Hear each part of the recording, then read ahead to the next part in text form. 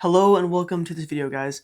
A while ago I was scrolling through Amazon and I was looking for some film to purchase when I found this.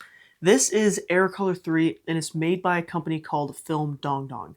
So what exactly is Aerocolor III? So I found this data sheet on internetarchive.com that came directly from Kodak, and I'll read out what they said describing this film. Kodak Aerocolor III negative film 2444 is a medium-speed, very fine-grained color-negative aerial film. This film has a wide exposure latitude and is specifically designed for processing to a color negative only. Since this film does not have integral color masking, direct interpretation can be made from the negative. Objects are recorded in colors complementary to their natural colors. So what does that mean? It's an ISO 100, very fine-grained film with large exposure latitude. If I'm being honest, this seems like a pretty generic description of most film stocks on the market, but I want to kind of break down some of the language that they used.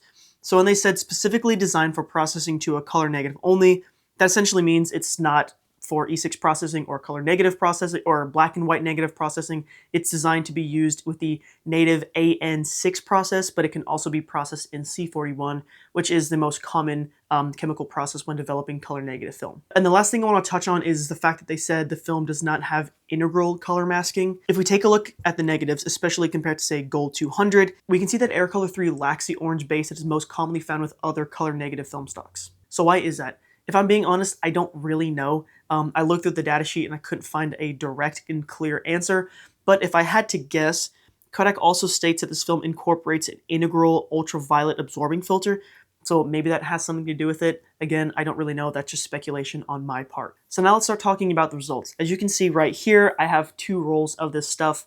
I decided to buy 2 rolls back when I bought this film stock in December.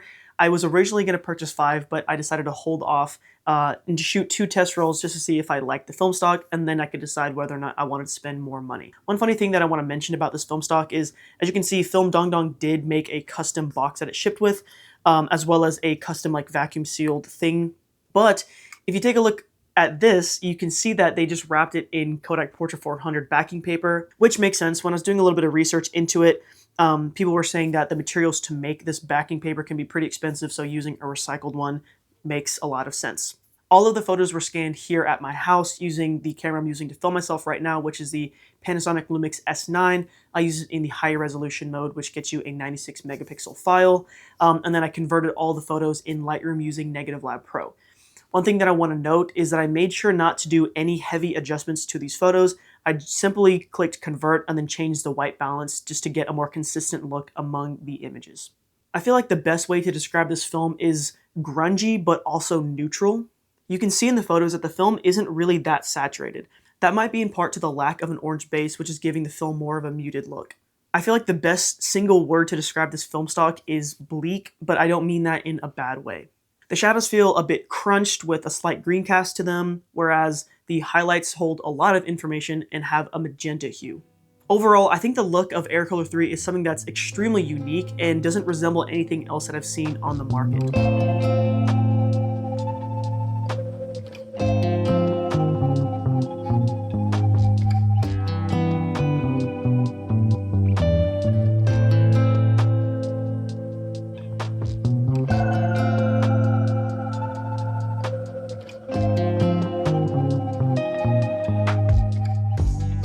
So while I was shooting Aerocolor III through my Pentax 6.7 and the infamous 105 f2.4, I was also shooting Fujifilm C200 through my Olympus OM1 with the 55mm f1.2, which is the lens that I'm filming myself with right now, as well as accidentally shooting JPEGs through my Fujifilm X100 VI.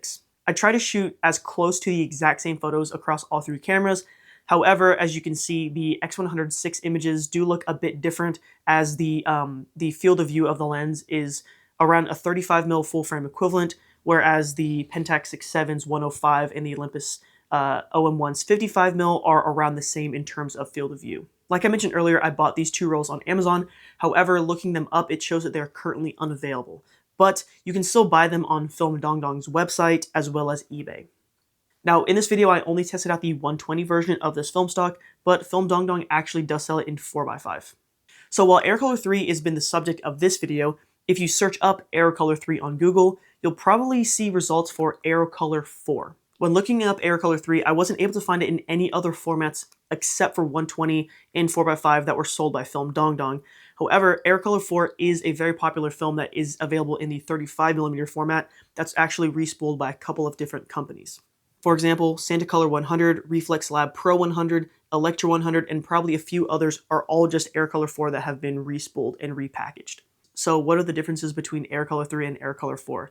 The truth is, I don't really know. I found an Aerocolor 4 datasheet from Kodak that I'll also leave in the description below along with the Aerocolor 3 datasheet, but I've never shot Aerocolor 4, just Aerocolor 3, so I can't really tell you what the differences are other than maybe looking up some images shot on the Aerocolor 4 film stock and comparing it to the ones that you find on Aerocolor 3.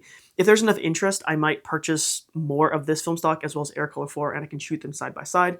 So if you're interested, maybe feel free to leave a comment or something. So would I shoot this film stock again? The short answer is yes, and the longer answer is yes, because I'd like to do a little bit more testing. As you saw in the samples, I did shoot this film stock in 2 very different lighting conditions as well as 2 different sceneries, but I'd still like to do more testing so I could get a better understanding of Aerocolor 3 as a film itself. Another thing that I mentioned earlier in this video is that Film Dong Dong does sell this in 4x5, and I recently just got a 4x5 camera. If you're interested, I'll leave a link to that video that I made in the description as well as in the card at the end of this video. But I'd really love to see how this film stock holds up in large format. So after all of that, I'm going to start wrapping up this video. What are your thoughts on Aerocolor 3 and maybe even Aerocolor 4? Feel free to let me know in the comment section below. Also, if you like this video, feel free to like or subscribe to the channel. I'm trying to get to 5,000 subs, and I think we can do that in the next couple months. If you guys liked this video and liked the photos that you saw in this video, if you want to check out more of my work, I'll leave my Instagram on the screen right now, as well as a link to my Instagram and my website in the description below. If you made it this far, special thank you to you. I really do appreciate it.